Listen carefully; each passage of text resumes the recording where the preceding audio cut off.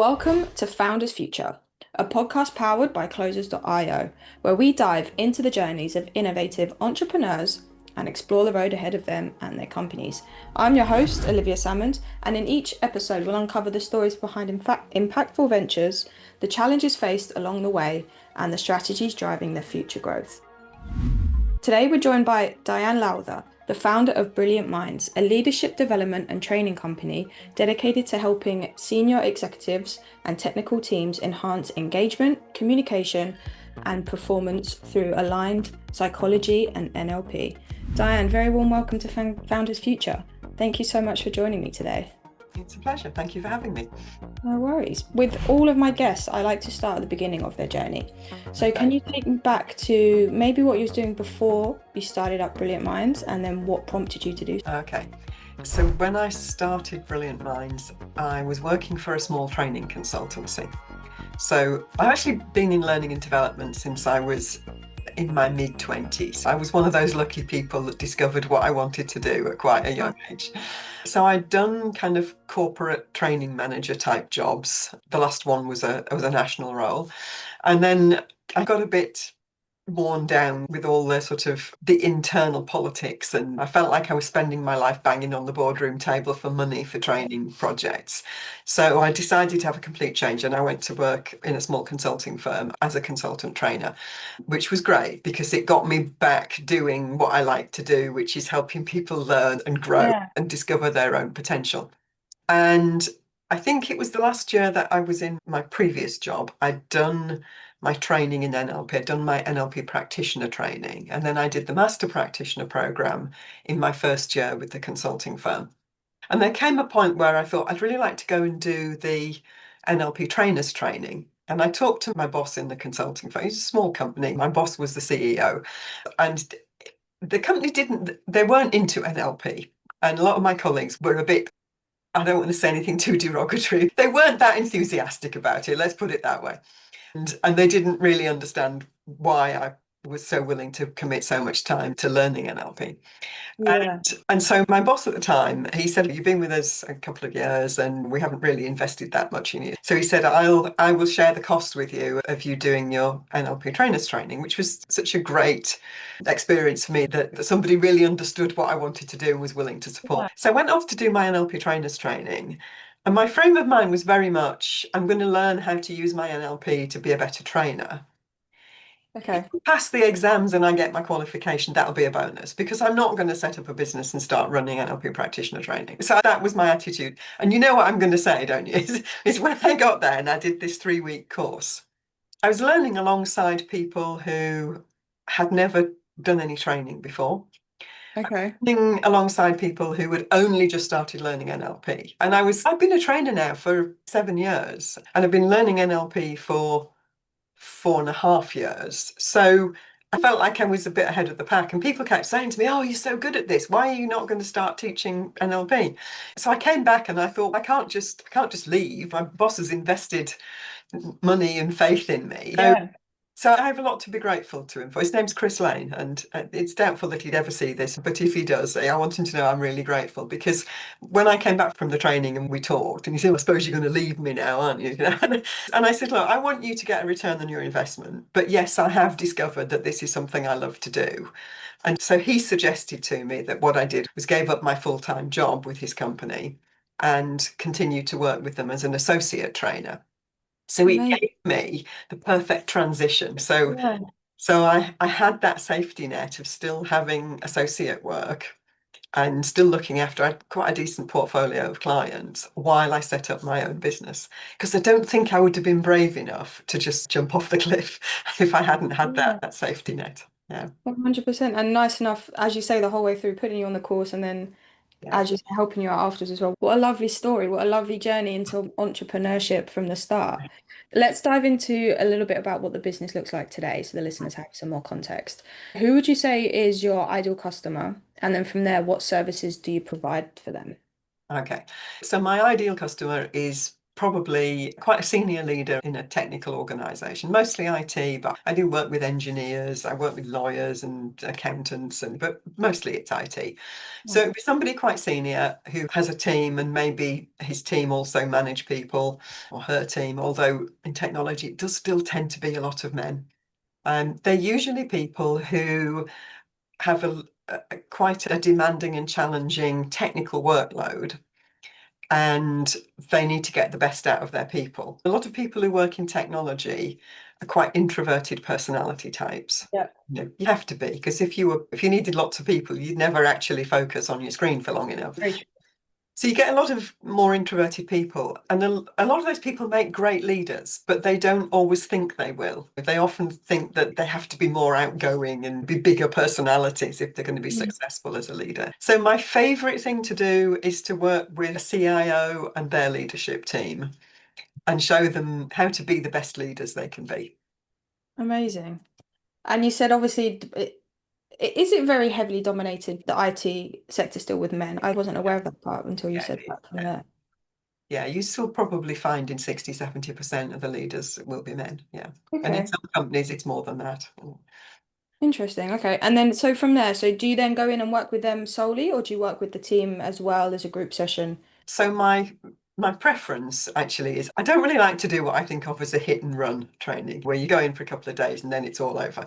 I'd much rather work in partnership over a period of time. So business, our sort of flagship program that we've done for a number of different clients, is a 3-month development program where we start, we do individual profiles, then we do some workshops, and we teach them mostly NLP skills that really help them to understand themselves, read other people, Mm. cultivate good habits, all that kind of thing. And then we have a period of 3 or 4 months where everybody has a coach, and they get coaching for 3 or 4 months, and then we get them all back together at the end and compare notes. And yeah, so Amazing. that's our sort of standard intervention. Different companies need different things, and sometimes there'll be more coaching and fewer workshops. Sometimes it's the other way around, and yeah. Yeah, so just obviously depending on what the company needs at the time to help them succeed on both sides. And Yes. then from there, I'm assuming most of this work is done in person as well, or do you work online? Yeah, we sometimes do the coaching online. I confess I was a bit reluctant to move anything online. We were forced to 5 years ago when we were all in lockdown. And one of the things that somebody in my team flagged up first, and then we all started to notice it, is we found that a lot of clients are actually more comfortable coaching online. If it's somebody who's not used to opening up, who is sort Yeah. of a little bit new to the idea of coaching, sometimes being in their own environment, they feel a bit more comfortable and relaxed, and it's Yeah. easy to talk about some of the more difficult subjects. So yeah, so I do a bit of coaching online. I think if I'm honest, I would rather be in the room. And I still Okay. have clients, we'll do a bit of both, and they'll say, oh, it's so nice to actually get together and be face to face. Yeah. I can imagine that, especially with the whole world removing online about 5 years ago, as you mentioned, it must be nice to have a bit of human connection sometimes, especially within a coaching environment. As you say, it can be quite treacherous on both sides. So I can see, Yes. as Yeah. again, as you mentioned before, with being in IT, a lot of people are more introverted than they necessarily would be in other leadership roles. So I can Yeah, understand how the comfort of both, but then also having the comfort in person can be the same on both sides depending on the situation. absolutely. Nice. Yeah, yeah. And I think to be honest with you, a lot of people have got so used to working online that yeah, maybe they forget a bit, what it's like when you can actually make eye contact with another person. We have this sort of illusion online that we're making eye contact, but we're not really. No, it's true. yeah, But even me and you now, we're staring at a yeah, camera to each other. yeah, absolutely. Yeah, Yeah, I know. But yeah, you do get some form of feeling, but as you say, being in your own mhm, environment, speaking to somebody, it's like being on the phone. You tend to open up more in your own comfortable spaces. Yeah, 100% there for it. And then in terms of acquiring customers, how do you find the best way in doing that for yourself? but it tends to be very much building relationships. The sorts of things I do, people don't just ring up and book because they need to have confidence in me and in my team of coaches. And so it often comes as a result of getting to know somebody through some other means, or sometimes I'll meet somebody because I've been a speaker at a conference, and somebody will come to me afterwards and say, oh, there were a couple of things that you said that sort of rung true with me, and can we talk? And then they've seen me do some of speaking at a conference is a bit different from training, but it's similar. And sometimes it'll be, I get referrals from previous clients. Somebody will say, oh, I know this person and they recommended you. Or sometimes people move from one company to another and so they take me into a new team with them. So it comes from different routes. Right. I do a bit of LinkedIn lead generation as well. I go from time to time, I go and expand my network and engage with some new people and just see who I can build a relationship with.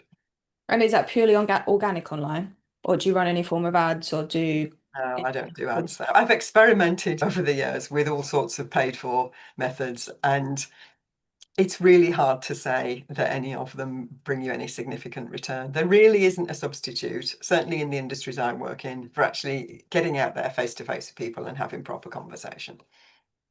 Can feel it, especially if you're looking for referrals. It's nice to have the balance between the two and all that stuff. I know we touched on before, you're more of a solopreneur and all this, but how does the team look like behind you? Do you have a team of coaches that you work with as well? And Yes. in terms of the marketing and sales, how are you coping with that stuff at the moment? So it's quite a sort of trimmed down organisation at the moment because it hasn't been so busy for the last few years. But I have a team of associate trainers and coaches who have all been involved with me for, oh, getting on for 10 years, some longer, some more like 20 years. And a lot of them are a bit older than me, and they've reached that point where they've got grandchildren and pensions, and so they're not desperate for work. But they've all said to me, if there's a big contract and you need extra coaches, give me a call, which is great because I feel they're there if I need them, but I'm not competing for their time with lots of other clients. Yeah. That's good. And most of them are people who trained with me, who did their NLP training with me, or in a couple of cases, they're people that I met when I was doing my NLP training. So, yeah, so they're all people who are NLP qualified. Amazing. And as you say, they're all close with you, but not dependent on you for work because they're very comfortable in the morning, not Yeah, putting stress on the business in that form of it and things. yeah, yeah. Amazing. And then, so what do the next 12 months look like? Do you have any plans in terms of scaling or goals you're looking to achieve or any new projects that you're working on? I'm not really looking to scale. My plans for world domination died a long time ago. There's always a chance. We can't always say no straight away. There's always an opportunity. We're in a period of incredible change in the business world at the moment. There's lots of different things going on. And I think one of the things that's having the biggest impact on the way that people work is the availability of AI tools. Yeah. So I've been talking to a lot of my clients recently about this, and it seems that the place where we're seeing the most use of AI is in terms of things like ChatGPT, Gemini, Copilot, things that are readily available to anybody. That Mm. just like having your personal assistant, isn't it? Somebody who can, summarize a document for you or do a bit of research for you, that kind of thing.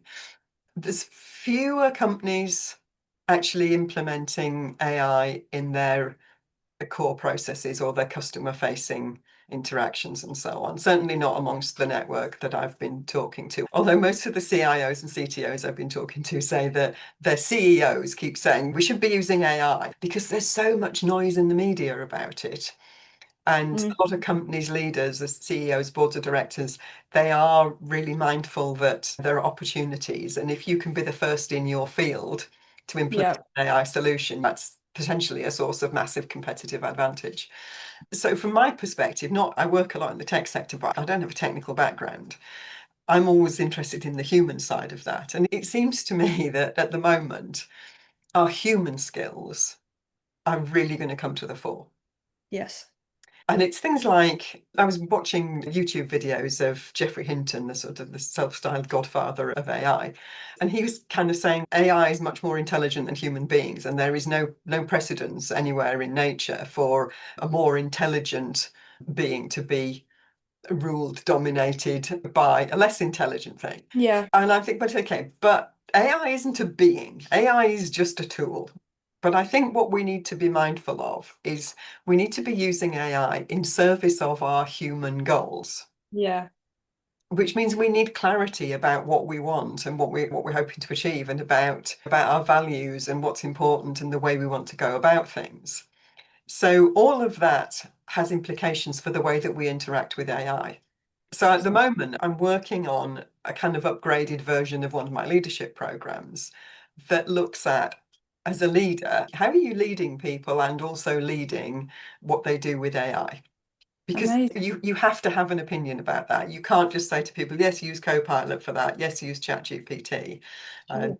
because I've already got lots of examples, people saying, yeah, somebody on my team did this and this happened. And you know, so Yeah, I think this is a big turning point in human history, really. And another 5 years, nothing will be the same, I think. So it's a real opportunity to not just to go with the flow, but to say, okay, I'm a human being in what is potentially an AI enabled world. How do I retain some degree of control and influence in that world? 100%. It's such an interesting topic at the moment. It is because it is, as you say, in 5 years' time, the whole world could be different, and it's not a Yeah. world that anyone has known or seen before. No, Yeah, absolutely. it's staying on top of it, and as you say, working with AI, I think, is the trick to move Yes. forward, not letting it work us in a Yes. sense of doing the work for us, just putting Yeah. things in, can you do this? Can you do that? It's a Yeah. more of a, especially for myself, I use it more of a brainstorming tool than anything, Mhm. helping up what I'm thinking and what's going on Yes. through there. I'd be interested to know how it is being implemented within kind of the coaching and leadership world as well, though, if it's more just for admin tasks or for actual advice in terms of coaching from someone that's not necessarily qualified. Yes, so there are people who are creating bots of one sort or another that can do rudimentary coaching, uh, Yeah. which if you're just talking about kind of performance coaching, just getting people to focus on the right tasks and be motivated to do the work, I can see a place for that. But yeah, it's big but actually. The the success of a coaching relationship is about the chemistry between the coach and the client. AI won't stay awake half the night figuring out how to help you get through your mental blocks, which anybody who's done any coaching will know. There are times when a client brings you a kind of thorny problem and you start to unravel it and you can see how they're getting in their own way, but it's not obvious how to get out of it. And I can find myself doing that. You're not technically at work, you're out having a walk or doing the garden or making dinner, and your brain's going, oh, what do I do with this client? I wonder if that was never going to do that. I Yeah. don't think you can replace the coach, but I think again, it's about how we as humans use the tools. So I can see giving my clients, my coaching clients, assignments to do where they could use AI to help them with it. You're talking about brainstorming, about opening up your mind. You give your idea to your favorite AI tool and say, give me the opposite point of view on this, or what Yeah. I missed, or what else could I be including in this to shake up your fixed thinking and bring something new into it. Yeah. That's exactly when I use it. That's a very good point that AI won't stay up all night worrying. I think that happens in any job role, whether it's in coaching for leadership or whatever else. It's as you were saying before, it's implementing it right in the workplace. Because even Yeah. myself, obviously things pop up for work, tasks when you're, as you say, in the middle of cooking or going for a run or at the gym, and Yeah. it overcompensates your brain. And that's when I'd go onto AI and be like, okay, what am I missing from this situation? Tell Yes. me, walk through step by step. Just give me another angle. What's going on? Why haven't I figured this Yeah. problem out? But yeah, they won't be worrying all hours of the day to make sure that you're No, up to. Gemini is never going to ping you a message and say, I was thinking about that thing you said yesterday. You Keep know, coming back to that. yeah, It's very true. coach would. Um, Coach would know there's something we talked about 3 weeks ago. yeah. Been going Oh, through my head. Yeah. love it, love it. So just before we wrap up, I've got one final question to ask you. Okay. So if you was to go back to a younger self, maybe 20 years ago when you was at the start of your journey and going through your training at the time, and you could only leave yourself with one piece of advice moving forward, what would that be? Oh, what a great question. Mm.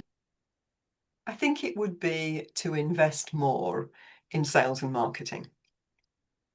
Okay. I always did everything on a bit of a shoestring, if I'm honest. And I think my business was a bit undercapitalized, really. And so I think if I'd invested more in the early days and had a more kind of robust sales and marketing team and processes, I think I might have had a more reliable kind of income where it's gone up and down and it's always going to do that. The trick is to make sure that when it's down, it's still a decent amount. When it goes up and down and when it's down, it's a real problem, then you really need to think again. Yeah. Yeah, avoiding the down is one of the challenges of Yeah. entrepreneurship, unfortunately. And it is, as you say, having the reliable income and the stableness coming through. So Yeah. great piece of advice, being ready from the get-go. And with that is a wrap on another inspiring episode of Founders Future. I want to thank Dianne so much. Thank you for your time and for joining me today. Where can people reach out to work with you and connect if they'd like to do so? So you can find me on LinkedIn. That's probably the easiest thing. Or go to my business website, which is brilliantminds.co.uk.